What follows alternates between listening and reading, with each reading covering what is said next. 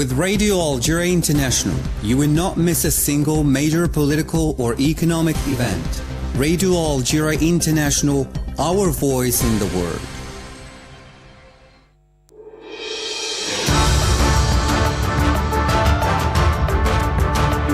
This is the English service of Radio Algeria International. It's time for the news. Members of the national community settled abroad have started voting as part of the presidential election of September 7. And the Minister of Foreign Affairs and National Community Abroad, Ahmed Attaf, has arrived in Beijing to participate in the 9th session of the ministerial meeting of the China-Africa Cooperation Forum scheduled for tomorrow. And there have been more calls for a ceasefire in Gaza, and the Israeli occupation pursued its bombardments, killing and wounding several Palestinians. And those were the major developments. Now the full news edition. Good afternoon. Members of the national community settled abroad have started voting as part of the presidential election of September 7th. And the details with Mariam Barshi. 3 candidates are running for the presidential elections. They are Mr. Awsif Youssef, candidate of the Front of Socialist Forces, FFS, Mr. Tibboune Abdelmajid, independent candidate, and Hassani Sharif Abdelhadi, candidate of the Movement of the Society for Peace, MSP. 865,490 Algerian nationals are expected to cast their ballots. The National Independent Authority for Elections, ANI, is in charge of supervising the elections abroad. The representative of the National Independent Authority for Elections in Belgium said everything is arranged to ensure the running of the voting operation for Algerian nationals. The elections operation kicks off today at 8 a.m. Belgium time, and it will last for 6 days until September 7th. Everything is ready in coordination with the Algerian consulate in Belgium, and we have 8 polling stations throughout Belgium and Luxembourg to facilitate the voting for the Algerian community in Belgium and Luxembourg. 1/3 of the 60,000 Algerian nationals are expected to vote, and we are waiting for them, and we welcome them to this democratic event. The National Independent Authority for Elections, ANI, is responsible for supervising the electoral process abroad through 117 commissions distributed as follows: 18 in France, 30 in other European countries, 22 in Arab countries, 21 in African countries, and 26 in Asia and America. The candidate of the Movement of Society for Peace, MSP, Mr. Abdelali Hassani Sharif, has affirmed that if elected as president, he will preserve the social character of the Algerian state while expanding the allowances that can improve the living conditions of vulnerable categories. In a statement made at the Presidential Forum of the Algerian Radio, Mr. Hassani Sharif stressed that if elected, he will allow a redistribution of wealth through a revaluation of social allowances and the review of the performance of national funds. Candidate Hassani Sharif insisted that Algeria has an opportunity not to be missed to become an emerging country by exploiting all its wealth, noting that his commitments in the economic field are based on improving the investment environment, starting with the revision of the law of investment, taxes and banking system, in addition to increasing the value of the dinar, reducing unemployment and inflation rates, and regulating the foreign exchange market. The candidate has also committed himself to transforming the Zakat Fund into a Zakat Bank to contribute to the national economy like the Waqf or endowment system as an essential element in financing while carrying out reforms relating to Islamic finance. The MSP candidate also committed to encouraging this category through the creation of their small and medium-sized businesses while working to control the labor market and take measures in favor of members of the national community settled abroad. And on the 18th day of the election campaign, the candidates running for the September 7th presidential election reaffirmed their commitment to preserving the social nature of the state and to addressing the concerns of the people who are being called upon to vote massively to strengthen the internal front.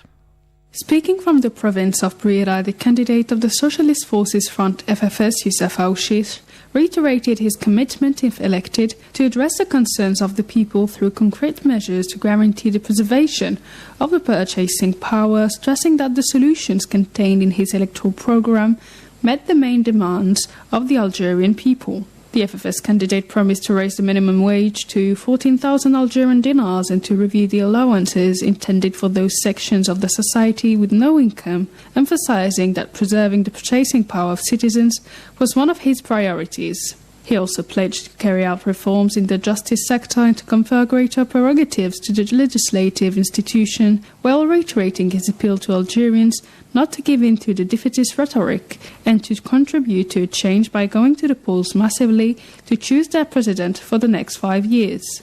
At a rally held in Algiers, the campaign director of the independent candidate Abdelmajid Tebboune, Brahim Merad, called on the students and young people to turn out massively to vote for Abdelmajid Tebboune. Abdelmajid Tebboune, in view of the achievements he has made on behalf of this section of society and the way he has addressed their expectations and concerns. He also highlighted the role of young people and students in the electoral program of independent candidate Abdelmajid Tebboune as a solid basis of achieving comprehensive national development. The candidate of the Movement of the Society for Peace, MSP Abdelhadi Hassani Sharif, affirmed that he would work to preserve the social character of the state, notably through the redistribution of wealth and the upward revision of the social assistance for vulnerable categories. The MSP candidate said he is committed to review the wage scale and the status of the various categories of workers, stressing that he would transform the unemployment allowance into an integration allowance until the beneficiaries could be integrated into economic enterprises.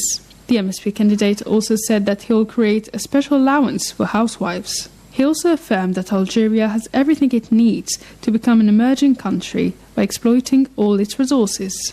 Meanwhile, during a meeting held in Constantine for the same candidate, a member of the MSP Executive Bureau, Mrs. Fatma Zaiden, stressed that Mr. Hassani Sharif's electoral program reinforces the role of the Algerian women in the country's socio-economic development and responds perfectly to the aspirations of the people.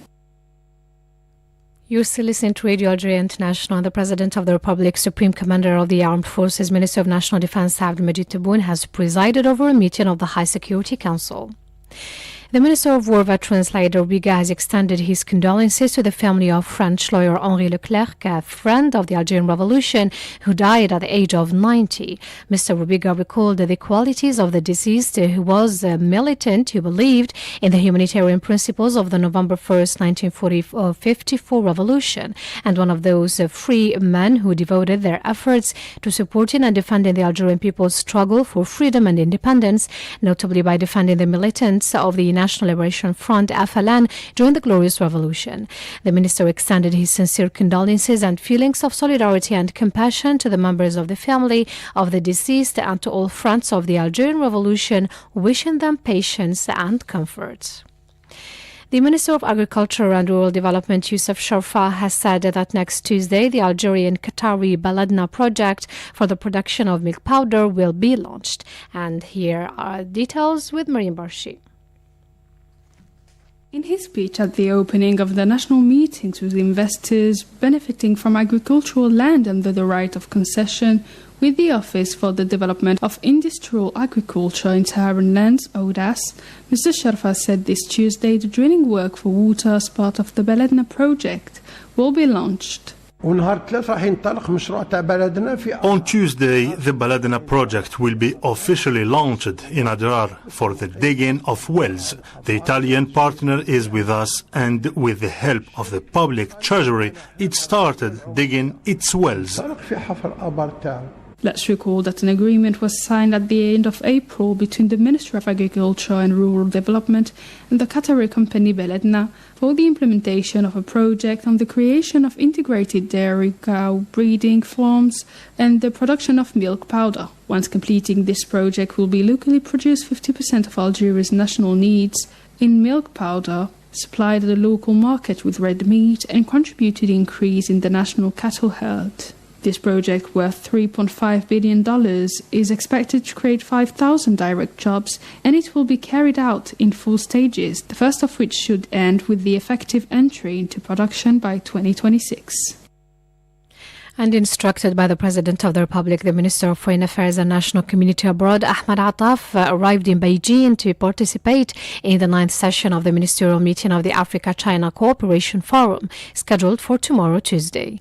The ministerial meeting is part of the preparations for the 4th Africa-China Summit, which will be held on the 5th and 6th of this month under the theme Building a Common Future for Africa and China. The summit will assess the progress made as part of the implementation of the various programs of cooperation and partnership between African countries and China in various economic, political, social and cultural fields, and will define new objectives for cooperation and partnership within a framework that meets the needs and aspirations of both parties.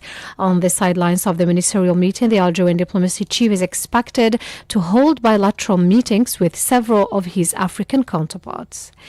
The National People's Assembly is taking part in the workshop in Tanzania on the cooperation between the Pan-African Parliament and African Court on Human and People's Rights. The APN will be represented at the workshop. His theme is institutionalizing cooperation between the PIP and the African Court by a member of the Committee on Rules, Privileges and Discipline. The Speaker of the Council of the Nation, or Senate, Salah Gujil, has reiterated from Bali, Indonesia, that the UN Security Council has to take up its responsibility and ensure the protection of the Palestinian people. The details with Maureen Barshi. Addressing the first Indonesia-Africa Parliamentary Forum held under the theme Setting a Partnership between Indonesia and Africa for Development, the Council Speaker stressed the importance of such a privileged space designed to promote parliamentary diplomacy and to reinforce cooperation to achieve development. In a statement read on his behalf by the head of the Foreign Affairs Commission of the Council of the Nation, Mohamed Amroun, he held the African-Indonesian relations, which he recalled are based on a common historical heritage marked by a strong friendship, mutual confidence and solidarity, as well as by the major support brought by Indonesia to the liberation movements, including Algeria's revolution. Evoking the importance of promoting cooperation to find solutions likely to face up to the failure of the collective security system, while underlining that Algeria, in its capacity as a non-permanent member of the UN Security Council, has repeatedly affirmed that no one could remain silent over the situation in the occupied Palestinian territories. He also said that the continued occupation of Western Sahara must not be ignored, while stressing the necessity to speed up the territory's decolonization. You're still listening to Radio Algeria International and to the Middle East now. There have been more calls for ceasefire in Gaza, where the Israeli occupation pursued its bombardments, killing and wounding several Palestinians. The news agency Wafa said that scores of people were killed or wounded in the Israeli airstrike that mainly hit the central town of Deir al-Balah and the refugee camp of Bureij, as well as the southwestern part of Gaza.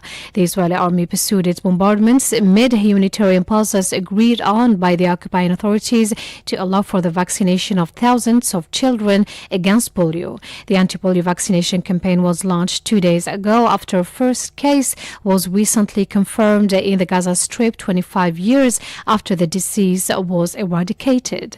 In this respect, the General Commissioner of UNRWA, Filippo Lazzarini, stressed the necessity to reach a permanent ceasefire in the Gaza Strip to allow for the vaccination of over 600,000 Palestinian children. In a similar move, the Prime Ministers of Malaysia and New Zealand once again urged for permanent ceasefire in Gaza, while insisting on the importance to bring the parties back to the negotiating table to implement the two-state solution.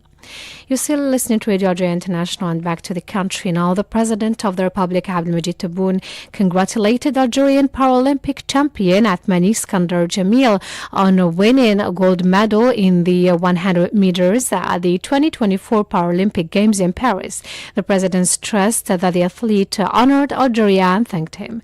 Meanwhile, the Speaker of the Council of the Nation, Salah Gujil, for his part, congratulated the Algerian athletes who won 4 medals, 2 gold and 2 bronze, at the Paris 2024 Paralympic Games. You still listen to Radio Algeria International, 2:44 minutes Algeria time. That's it for our news bulletin. I invite you now to listen to a cultural program compiled and presented by Jamal Salmani.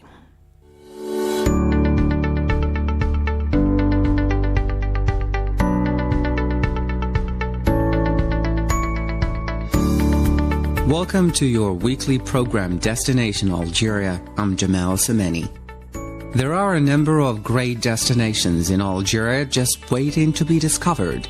A curious mixture of cultures and influences, Algeria has something interesting to see in just about every city. The country is also the first largest on the African continent, so you can be sure there are plenty of towns and cities to visit. Let's visit Algeria's fascinating destinations, you and I, together.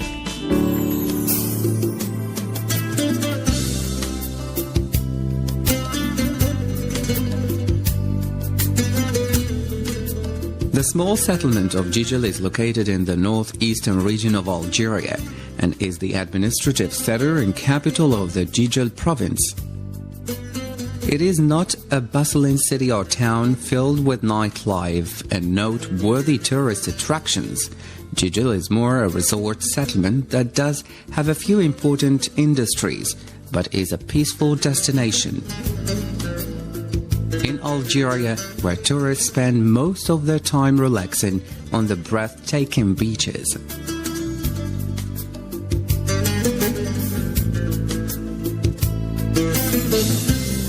Jijel was originally established as a trading post that changed ownership from the Phoenicians to the Romans, onto the Arabs, and even fell into the hands of the legendary pirate Khayr ad-Din Barbarossa. Of course, most of the existence of these eras and the occupation by the French was destroyed by the 1856 earthquake that left nothing but memories and devastation in its wake.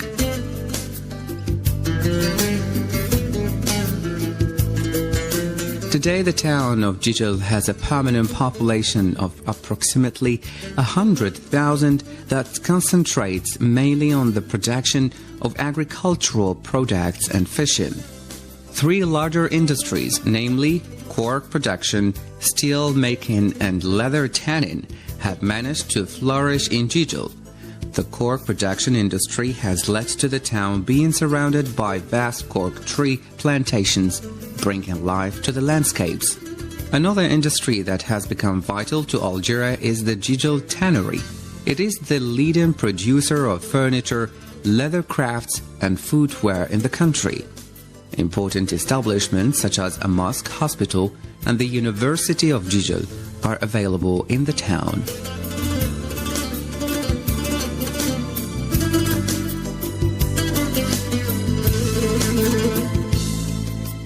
The only noteworthy site in Jijel is the Phoenician tombs, located outside the town. These fascinating historical structures managed to survive the earthquake. Other than that, the greatest attractions to the town are the abundance of natural wonders, wildlife, birds, and the beautiful beaches. The town is mostly visited by Algerian locals who enjoy the peace and tranquility that is found there.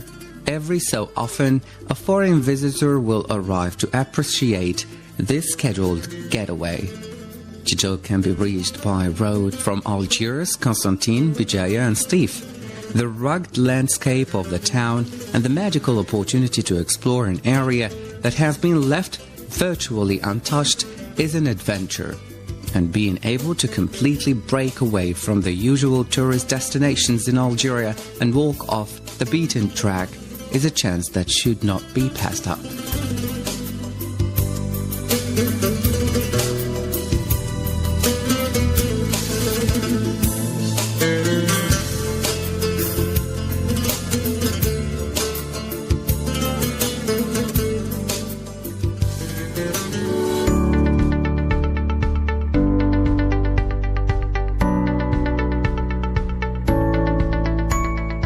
Welcome back. You're listening to Destination Algeria. This is the English service of Radio Algeria International, a program devoted to discovering Algeria, a fascinating tourist destination. In the second part, I tell you about Qal'at Ibn Salama and Ibn Khaldun.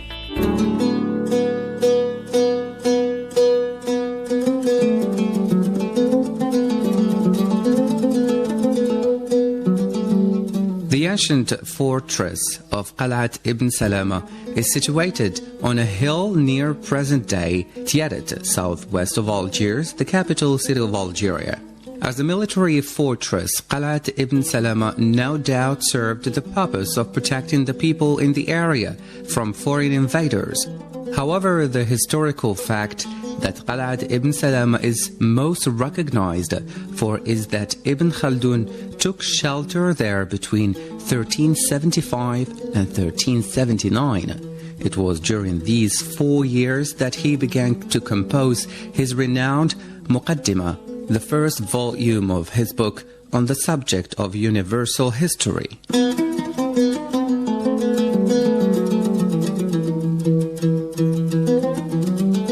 Ibn Khaldun was a famous scholar, historian, theologian, and statesman who was born in Algeria's neighboring country Tunisia in the year 1332. Ibn Khaldun stood out among his peers as a forward thinker with regard to sociology, demography, historiography, cultural history, the philosophy of history, and modern economics. Ibn Khaldun anticipated many elements of these disciplines, especially relating to social sciences, centuries before they were founded or put into practice. This has led to many learned people considering him to be the true pioneer or father of these disciplines.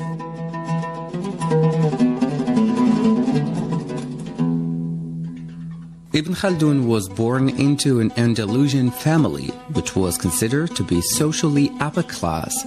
Around the middle of the 13th century, his family immigrated to Tunisia, where some of his family members held political office.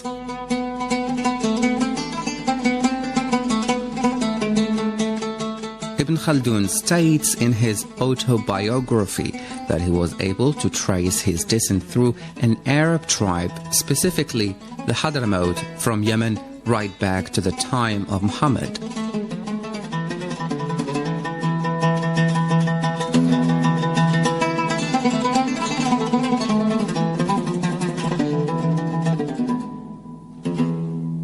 His family's high social rank gave him the opportunity to study with the best teachers in North Africa at the time. Ibn Khaldun pursued a political career as many of his family had before him.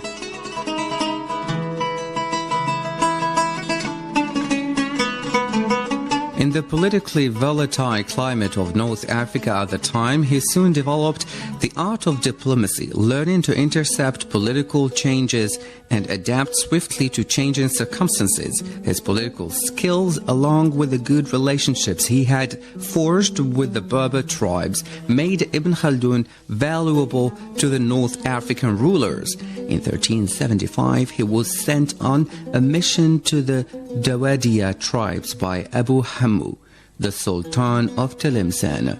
He sought refuge with the Awlad Arif Berber tribe in Qalat ibn Salama in central Algeria. He remained there for close on 4 years, enjoying the protection of his host. He took advantage of this time to write the Muqaddimah, but lacking the text, he needed to complete the work. In 1378, he returned to Tunisia, where he devoted himself to completing his history of the word.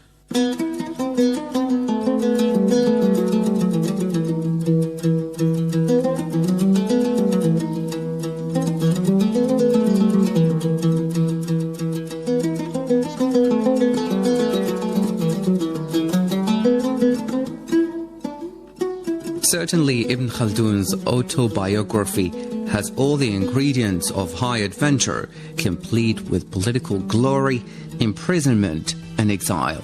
Should you have the opportunity to visit Qalat ibn Salama in Algeria, take some time to reflect on some of the history relating to the ancient stone walls.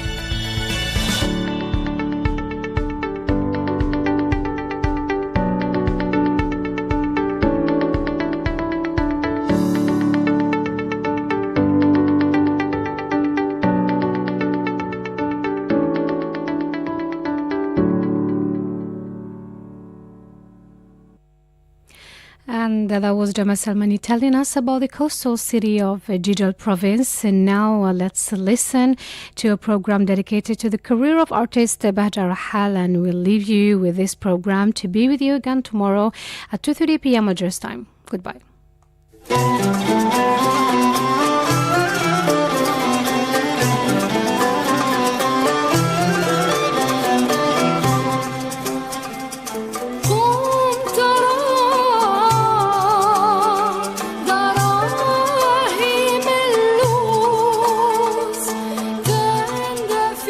Algiers was called Al Bahja, or Algiers the White, for the glistening white of its buildings as seen rising up from the sea.